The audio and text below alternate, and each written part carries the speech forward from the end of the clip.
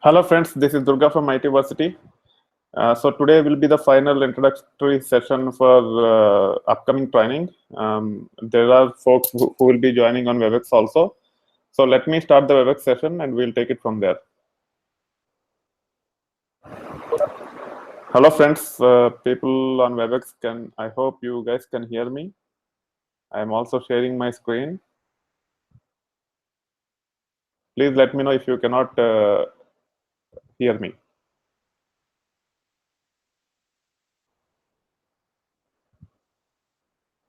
And also you should be able to see the screen. Let me also validate that people on YouTube can listen to me and also see my. Be able to see the screen. Yeah, they're able to listen to me and also see my screen. So let's get started. So as you guys are aware, I'm planning to start a live Scala and Spark training starting from 12th of June night US time and 13th of June morning India time.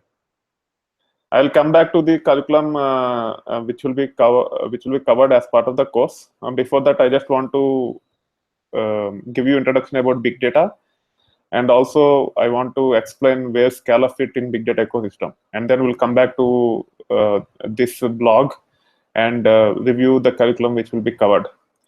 And so let's get started. And I will take the questions about the training towards the end. But you can ask me questions at any point in time as long as it is relevant to the topic which is being discussed. Okay, so you might have heard about so many buzzwords in big data ecosystem. It could be HDFS, MapReduce, Yarn, Spark, Kafka, Flume, many things. Let us understand this vast array of tools, and we will try to categorize. We will try to identify the categories, and we will try to map these technologies into each of the categories. So this can be categorized into file system, data ingestion, data processing, and data processing again can be subcategorized into batch, real-time, and streaming, visualization, and support. So we will get into the details of each of these things, and I will also try to give example and try to explain you what will be covered as part of the file system and what is data ingestion and all those things with a couple of examples as well. We will also have a pictorial representation of these things. File system will be at the bottom of the ecosystem, and then you have data ingestion, data processing, and visualization. At times the visualization can happen from file system directly. Sometimes it has to go through the data processing and data ingestion. And then you have support tools, and then we can get insights from the data in many ways. So first, let us start with file system within big data ecosystem. File systems supporting big data should be typically distributed file systems. And example for distributed file system is HDFS. On top of HDFS, which is the distributed file system, we also have cloud-based storages such as AWS S3 and Azure Blob. Even though AWS S3 and Azure Blob are relatively slower compared to HDFS in performance, cost-wise, they are significantly, they can cut down cost significantly. There's a trade-off between performance and cost. But S3 and Blob are, especially Amazon S3, is extensively used to leverage pay-as-you-go model of cloud and cut down the cost significantly. Even though it is relatively slower, you can get as much capacity as you want for a particular point in time and process the data, and you can reduce the cluster if the data processing requirements is not very high. So using cloud-based storages such as AWS S3 and technologies such as Elastic MapReduce to process the data, we can cut down costs significantly. And I know a lot of companies are now embracing AWS, EMR, and S3 for dealing with big data. And here we are only talking about S3, which is kind of a file system of AWS. And then there are NoSQL databases also, such as Cassandra, HBase, MongoDB, etc. And there are file systems related to those as well.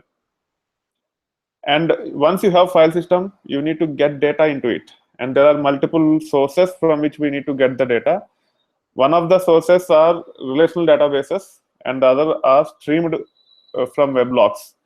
For example, if you think about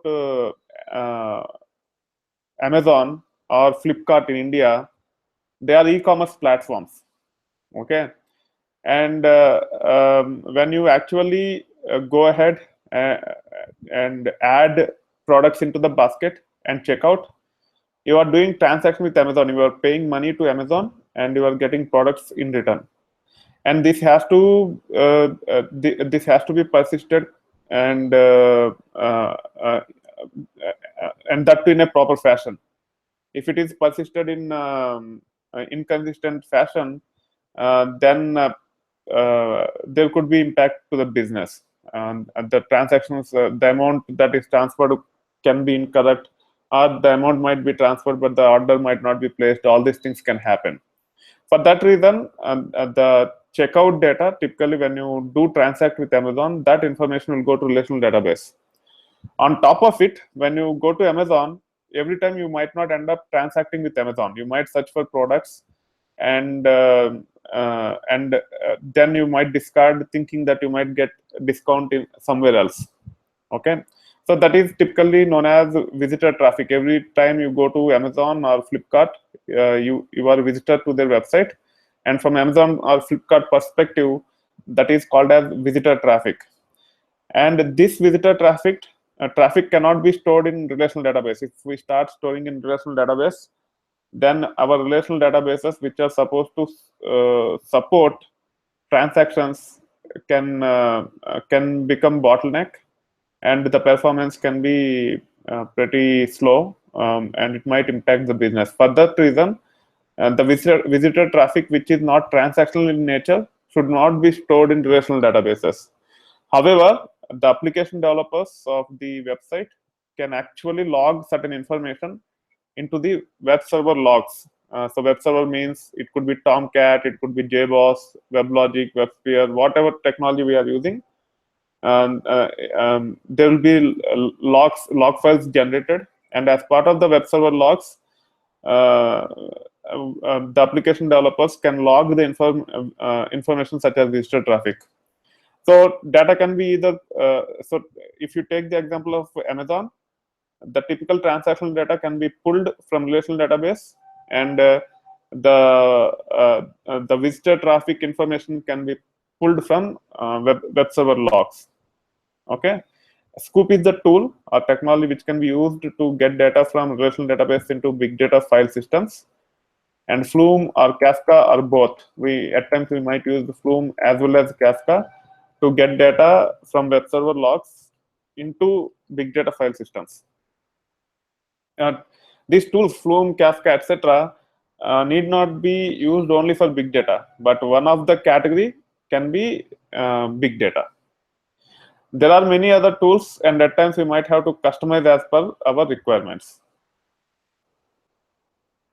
And now you have file system, and let's assume that we get data from relational database using Scoop. We get data from web server logs using Flume or Kafka or both. We have to process the data. The processing of data can be batch, it can be real time, or it can be streaming.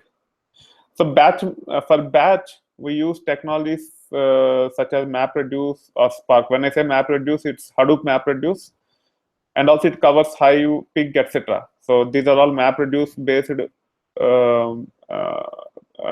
technologies which can be used to process the data. On top of it, we have memory driven also, which is Spark. So we can either process data using MapReduce or Spark for batch processing.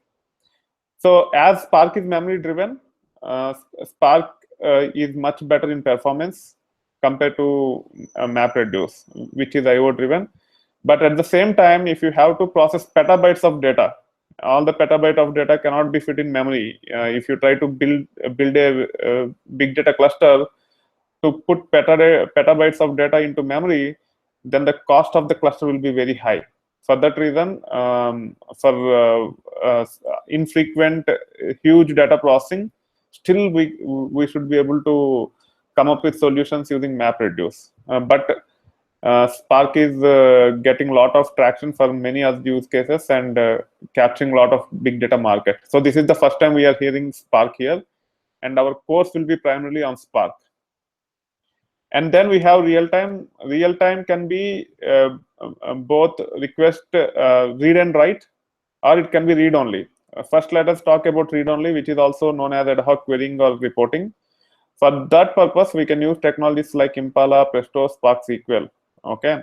So once we process the data, we can connect our BI tools such as Tableau, ClickView, etc. using these connectors, Impala, Presto, or Spark SQL connectors, and we can generate reports out of the data in real time, in interactive fashion. On top of it, at times, we might want to generate reports as well as store data in real time. And the classic example for this NoSQL use case is the Amazon recommendation engine. So when you go to Amazon recommendation, when you or even in Flipkart, when you try to buy a product, at the bottom you will see the recommendations. People who bought this product also bought so and so products, and there will be different affinities using which the recommendations happen. And there, the issue is scalability. The way data has to be stored and retrieved is not very complicated like we have to do with respect to transactions. But the application should be scaled up irrespective of number of users try to access websites like Amazon or Flipkart. The recommendation engine should work seamlessly. For those type of scenarios where recommendation engines, LinkedIn endorsements, profile, etc., are stored and retrieved in effective manner, for those scenarios, we use NoSQL databases, which are categorized under big data ecosystem. We can use HBase, MongoDB, Cassandra, etc. And then we have streaming. For streaming, we have technologies like Spark Streaming, Flink, and Storm.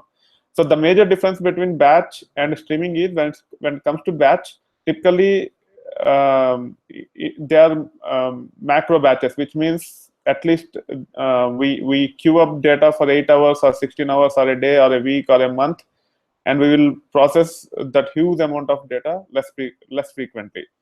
Whereas when it comes to streaming, it is kind of near real time. At the same time, it is not real time. We will queue up data for a few minutes, and then we will try to run analytics on that small set of data. And for those scenarios, we use technologies like Spark Streaming, Flink, or Storm. Okay. Now let us recollect a couple of examples: Amazon recommendation engine, as well as LinkedIn endorsements, and see how the file systems, data ingestion, and data processing happens. So let's take the example of Amazon recommendation engine. As I have explained earlier, if you go to Amazon.com,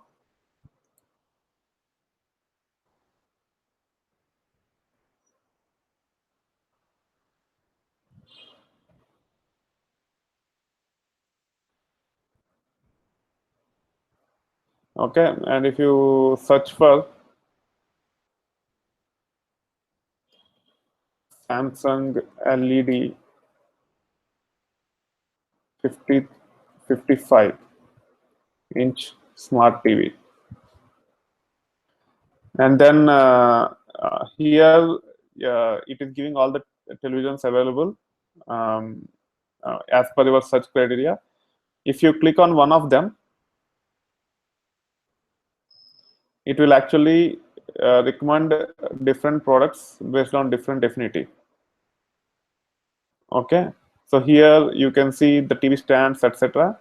And in some cases, it also recommend some other products. These are sponsored products related to this item. Okay, like that, based on different affinities, you might get different products. Okay, you can see more products at the bottom. So here, this is called as affinity. So when you buy TV, it is quite obvious that you will buy HDMI cables or TV stands, etc. That's why it is recommending these things. And you can see there are many things which are recommended. So how this relationship is established, especially if you look at this as part of the sponsored products related to this item, you got a laptop. Okay, so how it actually determine these things. So it will try to capture data based on buying patterns and visitor patterns of the website, and then based on that it has to apply certain machine learning algorithms, and then it will start recommending these products.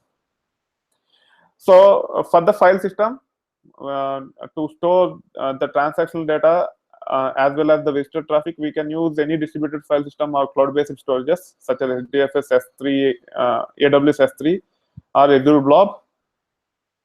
And once you get the once you decided on the file system, you have to get data to that. So depending upon the sources, in this case, we might have to get the data from both relational databases to understand the buying patterns, and also to understand visitor patterns, we have to get the visitor traffic. Okay, so these two things have to come to the file system, and we can use different technologies for different purposes.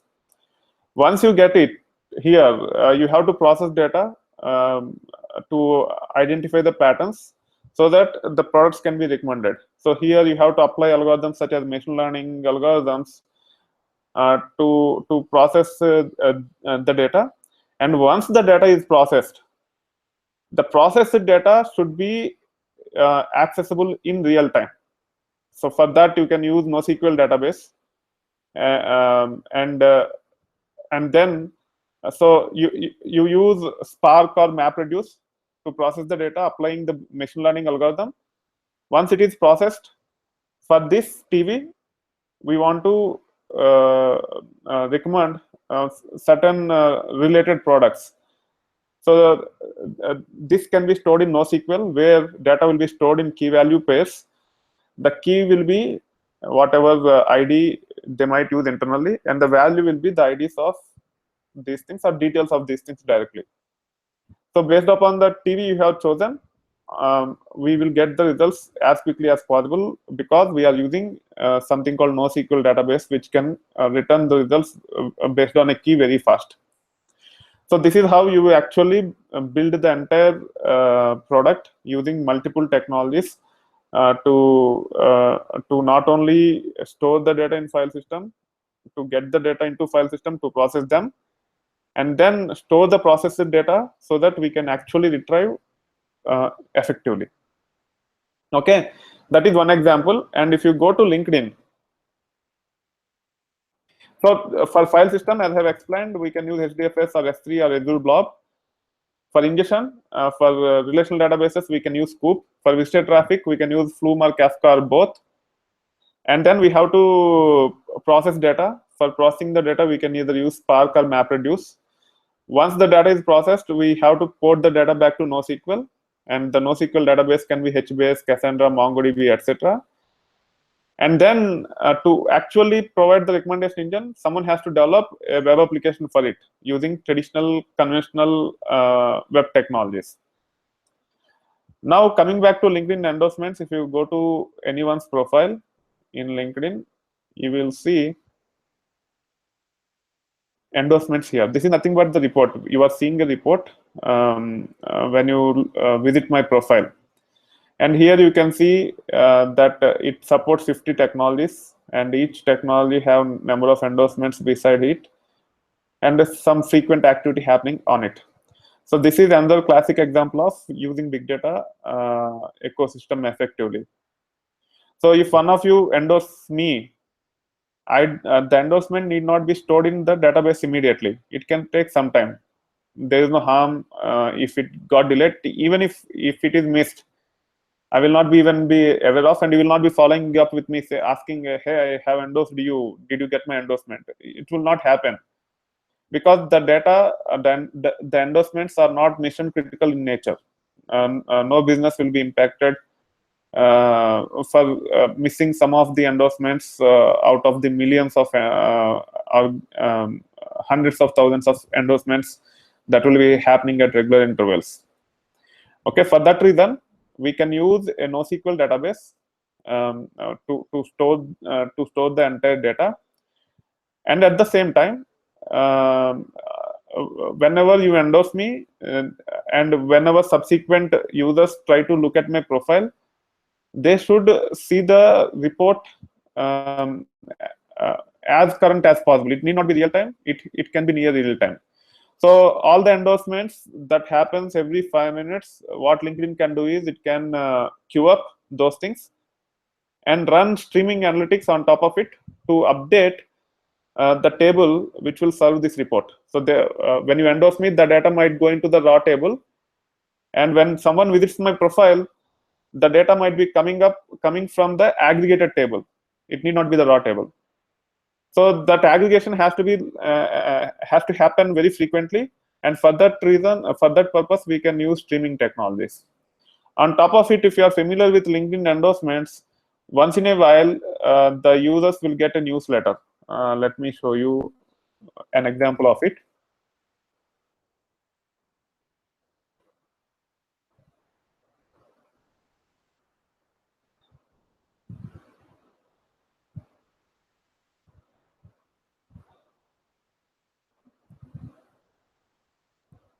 Let me show you.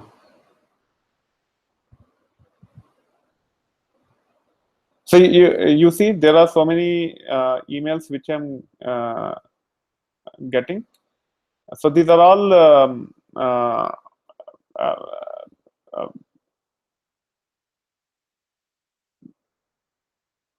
these are not real-time emails. You will not get email for each and every endorsement like this. They will be consolidated, and those will be coming as one email once in a while. So for example, if you see, a lot of guys try to connect to me on May 27th, and I got one email for all the attempts people try to connect to me. Similar to that, even for endorsements, there will be a newsletter saying, okay, you are endorsed in so and so technologies by so and so people, and that will happen once in a while. So that is classic example of batch. Okay, so if you reconcile and if you start understanding what technologies can be used for applications like LinkedIn endorsements, to store the raw data of each and every endorsement which I get, we can use a NoSQL database. There is no need of relational database, and NoSQL databases can scale up, but at the cost of not able to support transactions effectively. And then, but whenever someone visits my profile, it has to come from an aggregated table so that performance is relatively high. And that aggregations can happen very frequently. For example, every 5 minutes or every 10 minutes, whatever it is. And all the profile viewers see my endorsement report, which is as latest as possible. For that, we can use streaming technologies where such as Spark streaming or Flink or Storm process data every 5 minutes and store the result back to an aggregated table, which is again a NoSQL database. And also on top of it, we can queue up data into batches once in a day or once in a week, and blast an email saying that each and every person who got endorsements in that timeline, saying that you are endorsed in so and so technologies by so and so person, and that can be done using MapReduce type of technologies or Spark type of technologies. So depending upon the amount of data and depending upon the size of the cluster, you can decide whether to go with MapReduce based technologies or Spark based technologies. So this is how you can actually build an application which is scalable in real time, and also data can be processed offline, and do whatever action you want to perform. Okay, and then visualization. So if you take the example of LinkedIn and endorsement, this is example for visualization. Technologies like HBase, MongoDB, Cassandra, or Spark, or Spark Streaming, Flink, Storm, they cannot be able to provide these features. You, as an application developer, if you are familiar with Java-based technologies, and if you think this kind of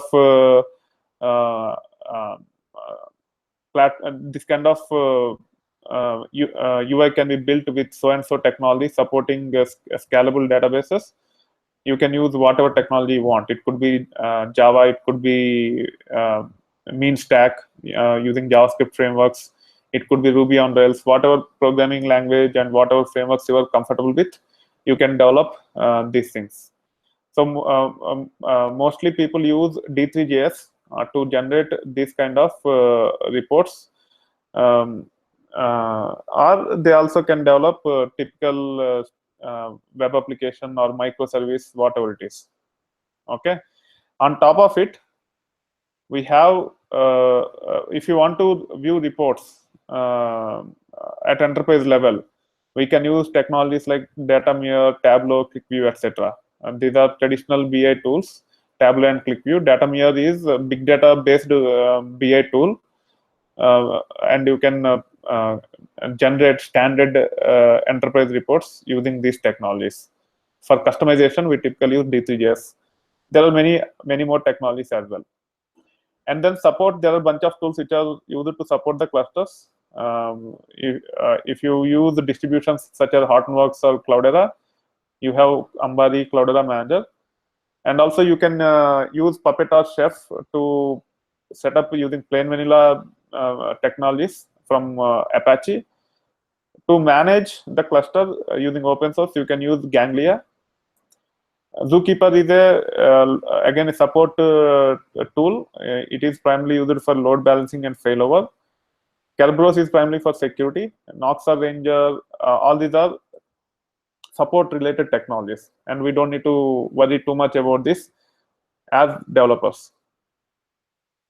Now let us go back to the earlier slide and try to map the technologies with each of these boxes. With respect to file system, we have seen HDFS, S3, Azure Blob, and there are other NoSQL also. Data ingestion, we have Scoop, Flume, Kafka, and at times we have to build custom solutions. Data processing, because there are many technologies, I have divided into batch, real-time, and streaming. I have highlighted only the categories, not the technologies. And then visualization, we have Datameer, BI tools, custom. And then for support, we have DevOps and Hadoop distributions. So that is the mapping between categories and skills or technologies. Job roles, let us see the skills and technologies for each of the job roles. Before getting into, digging further into this topic, let us understand that industry is going towards more generic profiles. We are seeing less frequently for requirements such as Java developers, especially in US. In India, things are not matured yet. Or Informatica developers or data stage developers. We are getting away from the job descriptions which are tagged with technology, and we are seeing more generic job profiles such as data engineer, BA developer, application developer, or software engineer or software developer. These are all same, and DevOps engineer for to support the infrastructure. So we are getting towards highly generic job profiles rather than being tagged with the technology. And this is the metrics. First, let us understand the responsibilities with respect to big data. What data engineer will do, what BA developer will do, what application developer will do, and what DevOps engineer will do. So data engineer primarily focused on data ingestion and processing. Okay, and BA developer, he is primarily focused on reporting and visualization out of the data which is available in big data ecosystem. Application developer, he is primarily responsible to build applications, and DevOps engineer is primarily responsible to maintain infrastructure such as big data clusters. So if you take the example of LinkedIn endorsements, okay, someone has to develop this this this module of this LinkedIn. So the module of endorsements, if you think about it, when you guys endorse me, I should get the endorsement. And when you visit someone's profile, let me visit Ramesh. I'm trying to visit one of my friend's profile, and I will be able to endorse him on particular technologies if I want. Okay, if I want to endorse him on big data, I can just click on plus and it will be endorsed. So similarly, if you try to endorse me, it should be reflected on my profile as quickly as possible, and that has to be stored, and all these things has to go through the UI layer. So someone has to develop UI, and the request has to go to a gateway or application server, and eventually the data has to be stored in database. The database could be MongoDB or some other NoSQL database for this purpose. So someone has to develop to save the endorsements and also to report the endorsements whenever someone visits the profile. Okay, so that is the role of application developer. But when the endorsements are done, for the reporting purposes, we don't need to update the report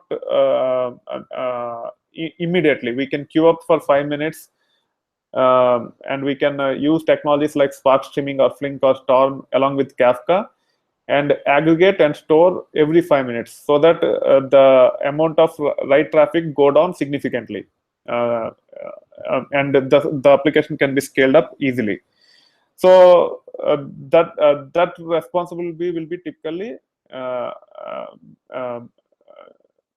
of data engineer. On top of it, I have endorsed him, endorsed Ramesh, and let's say there are tens of people who endorsed him over a period of 2-3 days, and he will get a report from LinkedIn in a newsletter, and that is nothing but a classic batch example where data has to be processed and the email has to be blasted, and there data engineer play the role of consolidating the information by processing data once in every 2 days or 3 days or a week, whatever it is.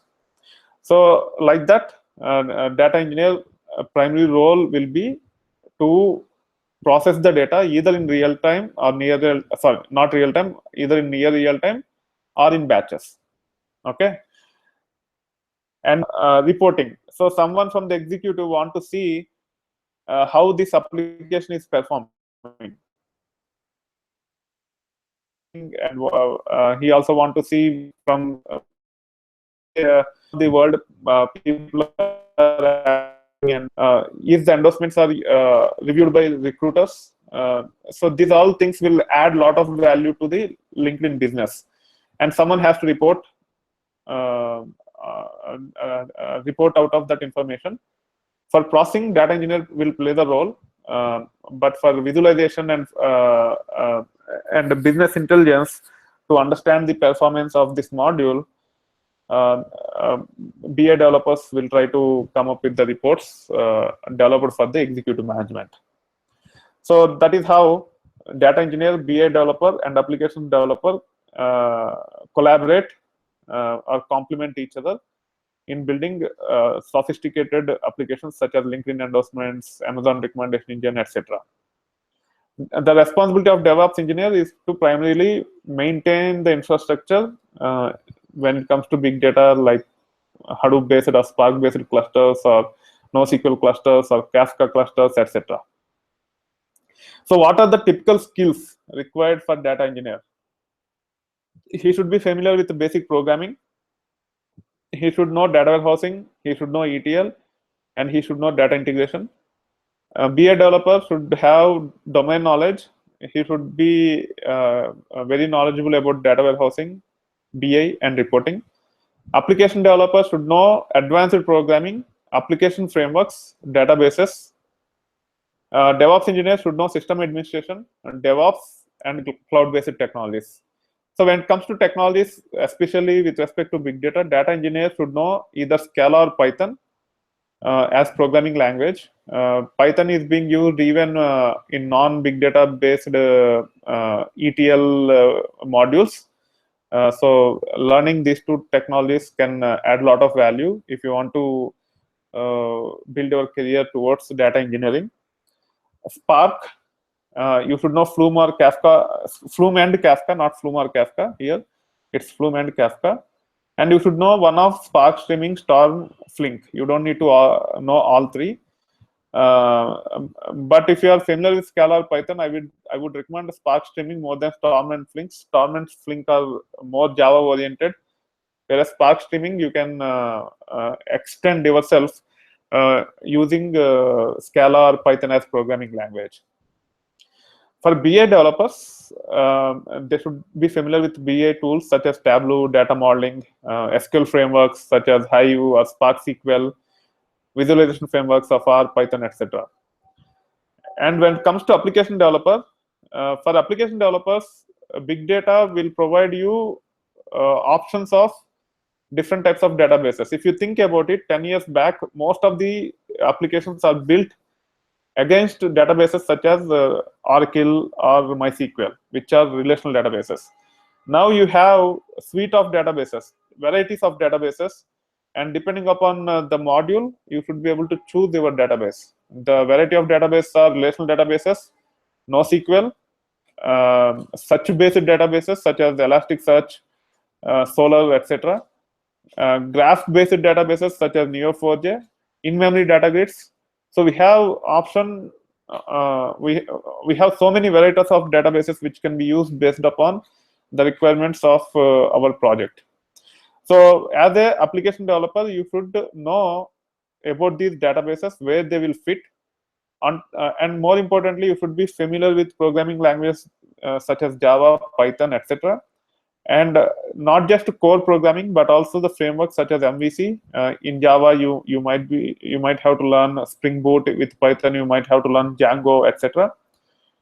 And more importantly, now microservices is the buzzword. So you should be familiar about microservices as well. And then you should be familiar with all the different varieties of databases, including NoSQL, which are Cassandra, MongoDB, HBase, etc. So depending upon the type of database you want to use, you should be able to identify what ORM framework you can use, and if there is nothing available like that, you should be able to develop a new framework for your purpose. So from application developer perspective, you should still focus on your core strengths, which is programming and designing and implementation of web and mobile applications. Big data can complement by providing variety of databases to you. As a DevOps engineer, you should know Puppet, Chef, Ansible to set up and maintain clusters. You should know Mapper with respect to big data, AWS, which is cloud-based technology. And solutions architect should have knowledge about most of these things. Now let us map the job roles to this diagram. So as a data engineer, he should be familiar with the file system. He should know data ingestion, and he should be primarily working on batch and streaming, and also he should be familiar with visualization. As BA developer, the BA developer should be familiar with visualization, and application developer should be familiar with file system, which means the varieties of databases big data throw at you. He should be primarily familiar with real-time, building real-time applications, leveraging the NoSQL databases and other search-based databases such as Solr, which are categorized under big data. And then as well. And then the DevOps engineers should be familiar with support. So there is a question here. We are getting into that. That question will be answered very soon. I would like to cover a slide on data science. And a lot of guys confuse between big data and data science. Big data is purely technical role. Data science is a different kind of role. Most of the successful data scientists are PhDs, and it is not easier transition for a pure technical guy to become a data scientist. He need to have certain attributes such as performing R&D, ability to identify anomalies within the data, etc. And data scientists need to be familiar with three things. One is mathematical algorithms, mathematical and statistical algorithms. Two, domain knowledge. Three, technology. And out of these three things which data scientists should possess, technology is the least relevant. Most important are the most important stuff is mathematical and statistical knowledge up to research level, and then domain knowledge. Technology is the less relevant of three. And also, data science and big data are two different fields. Data science need not be done on top of huge volumes of data. You can even implement data science using Excel or smaller volumes of data on smaller volumes of data. But when it comes to larger volumes of data, we can leverage big data ecosystem to complement data scientists. And data scientists work closely with the data engineers in larger organizations to ingest data from different sources, process data by performing cleansing of the data, standardization, aggregations, etc. Data can be ported to data science algorithms after processing the data.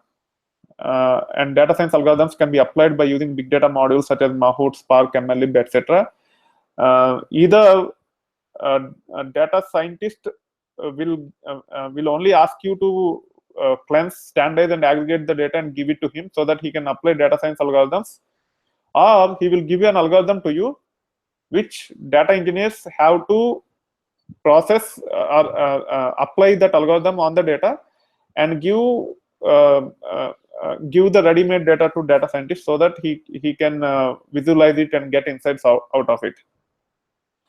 Okay, data scientists should be cognizant about big data ecosystem, but need not be hands-on. Means he should have knowledge about big data ecosystem, but need not be hands-on.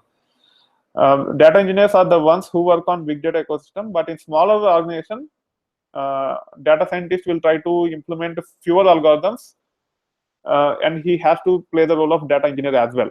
So for a data scientist, he can cope up becoming a data engineer easily. A data engineer can learn one or two data scientist algorithms relevant to data science algorithms relevant to the industry in which he is working in, and he will be able to work on one or two of those algorithms. But he will not be able to understand all the algorithms and be master of both. Those two are completely specialized fields, but in smaller organization, a situation might demand where data scientist might have to learn some data engineering stuff, data engineer might have to learn some data science stuff.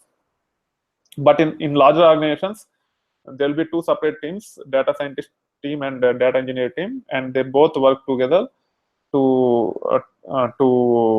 come up with the solutions. Now coming to Spark. Spark is in-memory distributed processing framework on top of file systems such as HDFS, S3, Azure Blob, etc. It is nothing but bunch of APIs, and you have to learn programming languages such as Scala, Python, Java, or R to use Spark and build big data applications, especially to process the data. And here are the modules. We have Spark core at the bottom. These are nothing but a bunch of APIs.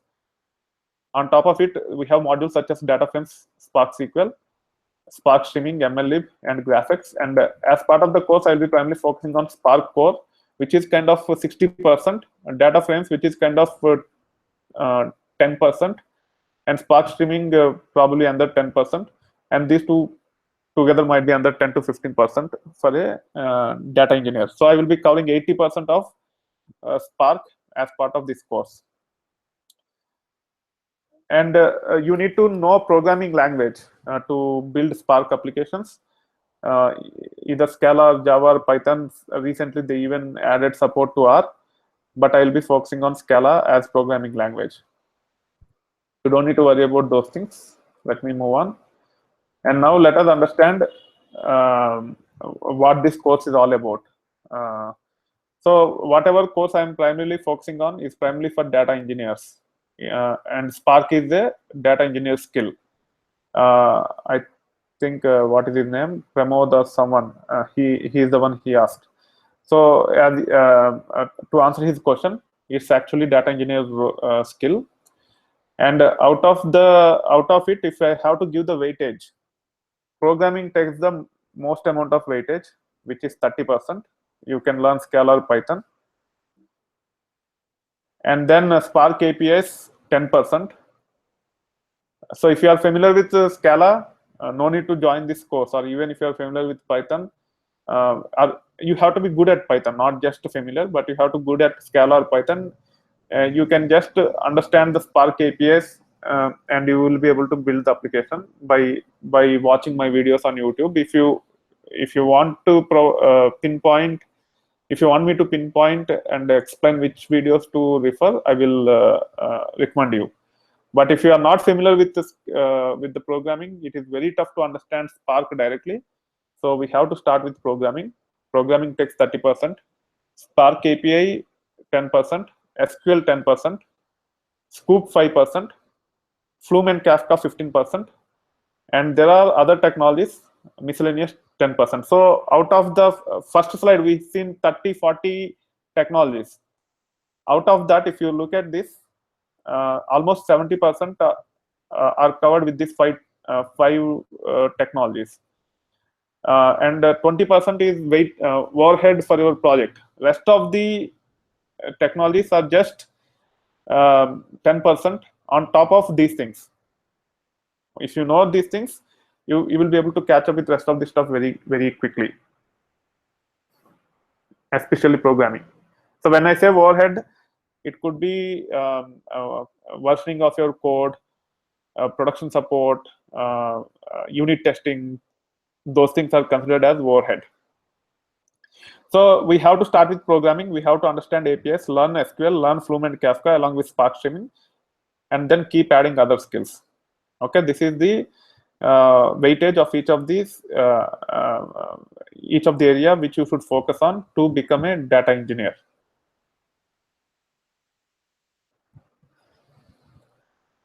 So another question from Pramod, we will cover them all in this course. So I'm going to that. So just give me a moment. You will understand that also. Now let us understand what will be covered as part of the course.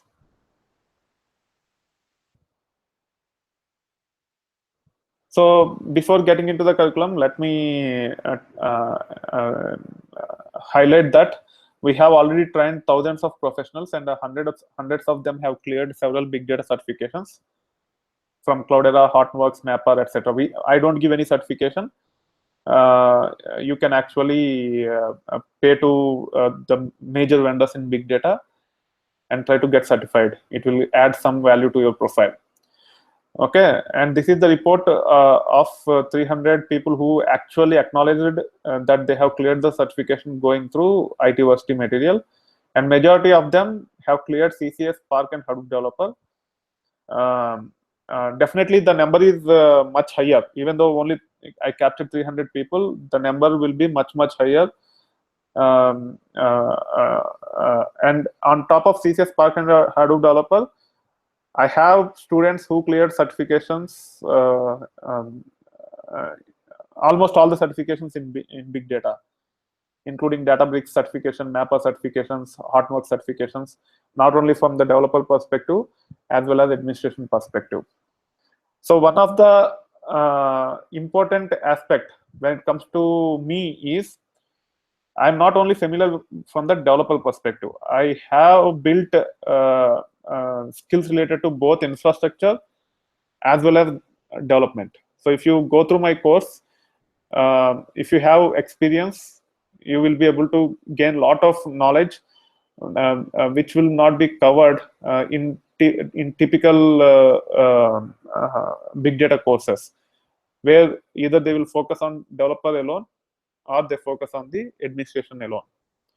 I will highlight those important things which you need to focus on for the better communication with all the stakeholders within the project. So that's another advantage of taking my courses. Curriculum is designed as per current needs to be a data engineer, and we will start with programming using Scala. We'll be covering Core Spark. We'll be covering data frames and Spark SQL.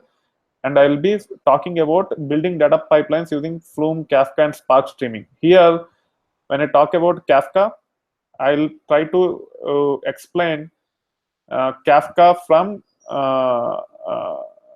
using existing plugins perspective, not from customizing using Kafka producer API or consumer API. I'll be only focusing on using existing plugins as part of this course. But when it comes to Spark, I will get into many details. But even though I will not cover customizing Kafka, still it will give you a lot of insights with respect to Kafka. And probably in next 2-3 months, I will do a workshop where we can actually understand the APIs of Kafka as well. But as part of the course, I will not dig into the APIs of Kafka from the customization perspective. But there are certain third-party Kafka-based plugins which needs to be used for Spark streaming, and I will cover those things. Okay, the course is primarily from Spark perspective, even though I'm only it is from Spark perspective. You still learn Flume, Kafka, and also SQL, because I have to cover Spark SQL. If you have to understand Spark SQL, you need to understand SQL. If you know Spark SQL, you will be knowing Hive, you will be knowing Impala, etc. Only major component which will be missing is Scoop, and I have material for that. If I add Scoop also to this, I will not be able to cover within 30 hours. Hence, I keep it outside. I will give you the references. You can actually go through it, and you can learn Scoop as well. So training details. Training mode is online, live, unlimited, as well as on-site live up to 10. So if anyone want to be on-site in Hyderabad, please let me know. You can come to our office. Resources, you will get a cloud-based lab for 3 months. Online material for reference, including videos. All the videos will be streamed online. Also, I'm planning to come up with certification simulator. By the end of the course, it will be ready, and each one of you will get at least a month access to the certification simulator. You can take the tests as many times as you want. I will come up with a question bank of 25 to 30 questions. You can practice as many as you want, and you can feel comfortable before taking the certification. And that I'm planning to charge $20 per week, sorry, $24.95 per week. So I will be giving access for a month. So you can leverage that and prepare for the certification and give the certification. Timings, it's 4 days a week, weekdays, 8:30 a.m. to 10 a.m., Tuesday through Friday, India time. US Eastern time, Monday through Thursday, 11:30 p.m. to midnight, 12:30 a.m. For Pacific time, it's 8 p.m. to 9:30 p.m. Unless there are long weekends or in between, I might take a break on 21st and 22nd. It is not confirmed yet. I have to go for a event for underprivileged girls in India. So if there's a conflict with the time, I might cancel only those 2 days. Otherwise, if there are no long weekends, it will be 5 consecutive weeks for the training. And the training will start, I haven't updated the date on this. It will start from Monday night US time and Tuesday morning India time.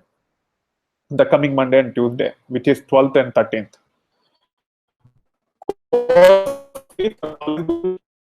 To enroll for the lab with student special plan, you can click on this and you can buy the plan, and I will add you guys also to the WebEx session. If you don't enroll to the lab, still you can go to the content, because the videos will be on YouTube, and you can practice in your own environment. But to be part of WebEx session, you have to pay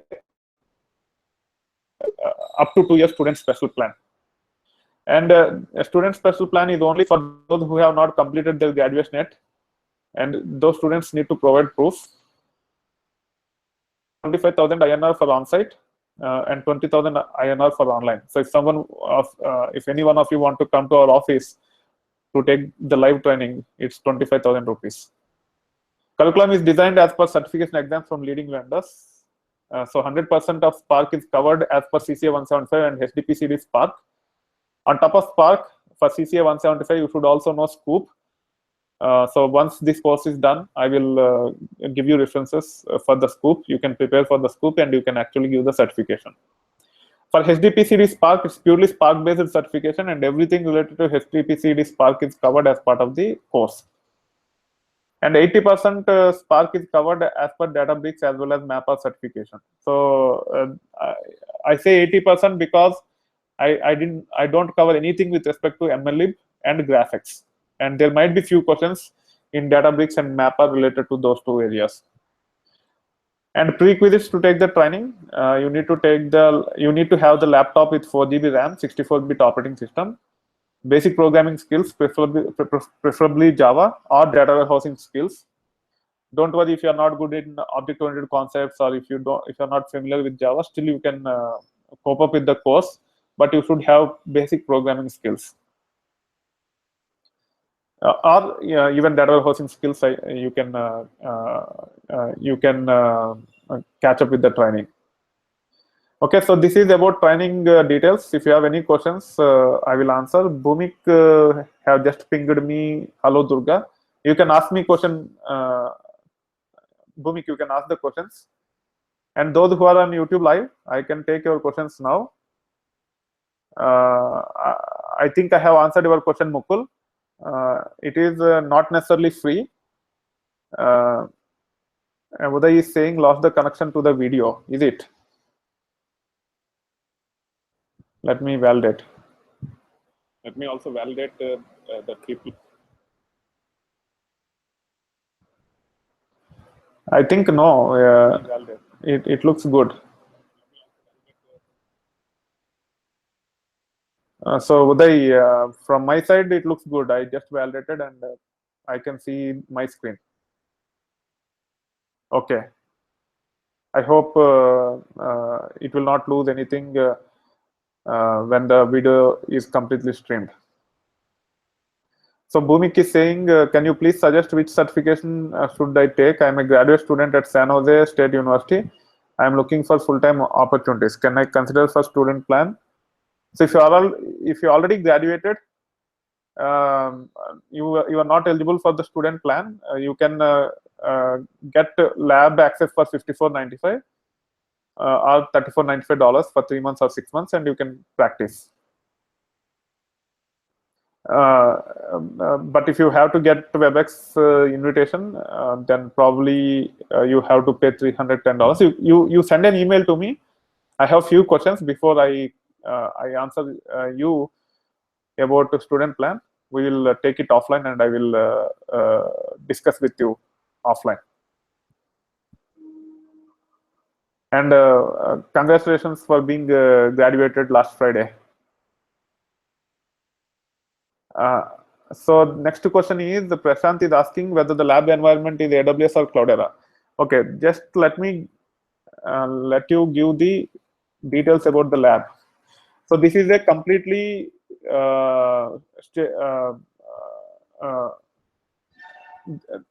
sorry. So this is built on bare metal servers, okay, and it's a state-of-the-art lab where there are 9 nodes in the cluster, and 5 nodes are slaves, and 3 are masters, and 1 is gateway. And I'll be adding 1 more gateway node for you guys exclusively by next week, so that you can actually use that gateway for practice. All the students who will be part of the live training will get another gateway. So this is the state of the art, and if you see each node, it's 32 GB and 8 cores. It's pretty powerful. It's neither it's not on cloud, it's on bare metal servers.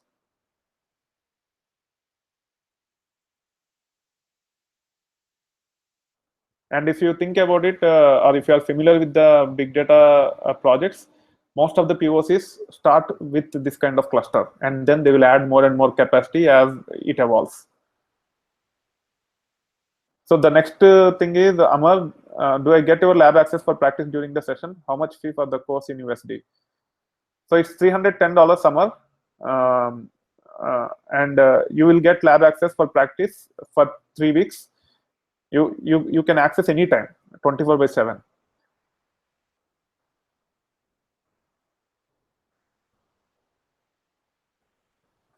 And then Pramod is asking, if you register for this course, we'll get 3 months. Yes, that is correct. I have already answered. Yes, Vishnu, you can ask your question. After Vishnu, Radha is asking, so videos, all videos will be free, but to be part of WebEx, payment is needed. That is correct, Radha. All the videos will be streamed to YouTube, and they will be available for everyone.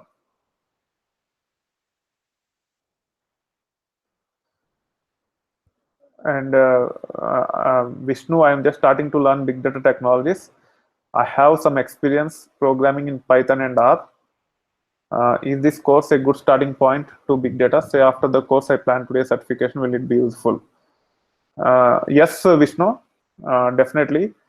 Either you can use Python, but the course is primarily on Scala. If you are already very good at Python, I will recommend you to pursue that path and build Spark related skills using Python itself. You can sign up for my lab, and there are few videos with respect to Spark on Python. But if you want to learn Scala, you can be part of this training. So Pramod is asking, will you be providing knowledge on architecture, cluster, etc.? Yes, Pramod, I'll plan a couple of hours session where we will have exclusive Q&A after the course. That will probably let you ask more relevant questions with respect to architecture, and I will be glad to answer those things. We'll plan one such session after the course. So Binoy is asking whether I have Bangalore office location. No, I don't have Bangalore office location. Radha is saying, I have no programming skills, but from pure ETL background. What do you suggest? So ETL background, you have to learn programming. Otherwise, your opportunities will become less and less. So it's time to start learn programming. So either you have to learn a Scala or Python or both. I know a lot of projects which are being migrated from Informatica to Python. So whatever transformations you do using Informatica Designer, Power Designer, you should be able to write those transformations very easily using programming languages such as Python and Scala. So you have to learn the programming languages if you want to sustain your career in that area. You have to transform yourself into data engineer role.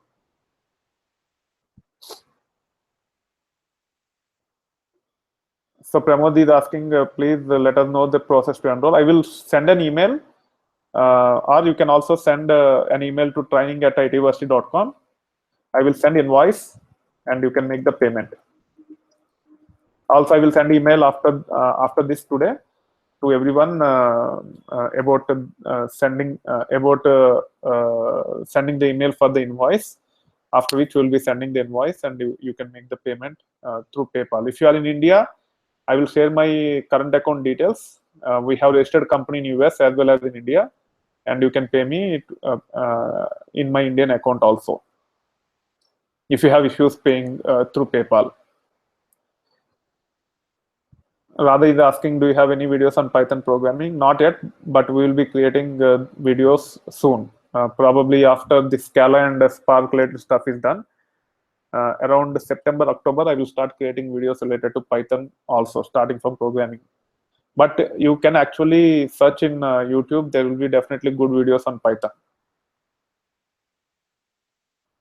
Binoy, no, it is a developer course. You don't need to install anything on your laptop, but you will be installing IDE. such as Eclipse or IntelliJ, not the big data stuff. You will be setting up Spark on your laptop, but you will not be setting up the cluster using HDP or Cloudera.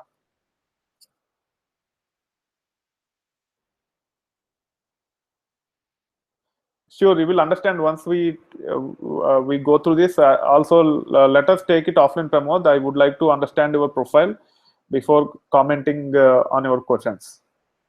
Okay, I will share my contact number. If you send me an email, we can discuss further. And Zohab is asking whether he can make the payments in installments. I didn't accept. No one asked me that question so far. So send me an email explaining your status. Typically, I don't do that because either my courses are free or paid. So people tend to follow my free content.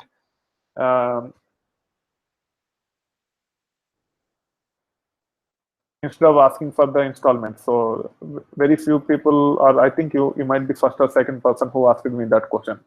Just send me an email explaining your situation, then I will think about it. So that being said, that's it from WebEx. Let me take few questions from YouTube. So Kushbu is asking, what if we want to go for corporate training for 10 people? Please send email Kushbu to training@itversity.com and I will send you the details. Leon Gladstone, please upload a video on cluster setup and management. Sure, Leon. We are actually working on that area also. Already we have a lot of content on my YouTube channel. So if you go to, this is a little bit off topic, but still I will quickly provide you the reference for your question. So if you go to my YouTube channel, which is ITversity, there is a channel page, the home page for the channel, and you can see Hadoop administration. So if you go to this section and click on this, you will see all the playlists with different distributions. And also we are actually coming up with blog-based courses so that you can actually practice. And also we are planning to come up with a renting environment at the cost of $100 to $150 per week, so that you can actually learn cluster setup using the self-paced content at your own pace. So if you can build the cluster within a week, you just have to pay $100 to $150. After that, every week you have to pay a little bit more. Until you are done, you have to keep on paying. And I will share the details once the material is ready. So Kushbi is asking how different this certification is from Cloudera Hadoop Developer certification. Which certification? I don't give any certification. So we only provide certification simulator environment where I'll be giving you questions and you can practice before going to the certification. Not only questions, but also the environment will be like Cloudera certification environment.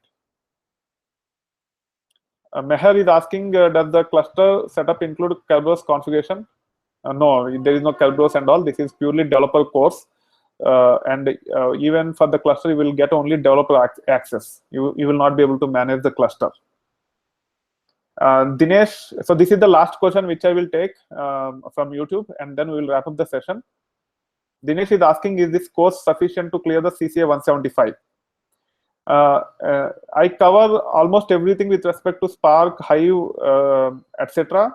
As part of this, but there is one missing component called Scoop, and I will share you the material for your reference, which you can easily follow after the course. Prepare for a week or two on Scoop, and you can go ahead and give the certification. So it does not cover Scoop, which is also very important for the CCA 175. But I will give you the material, Dinesh.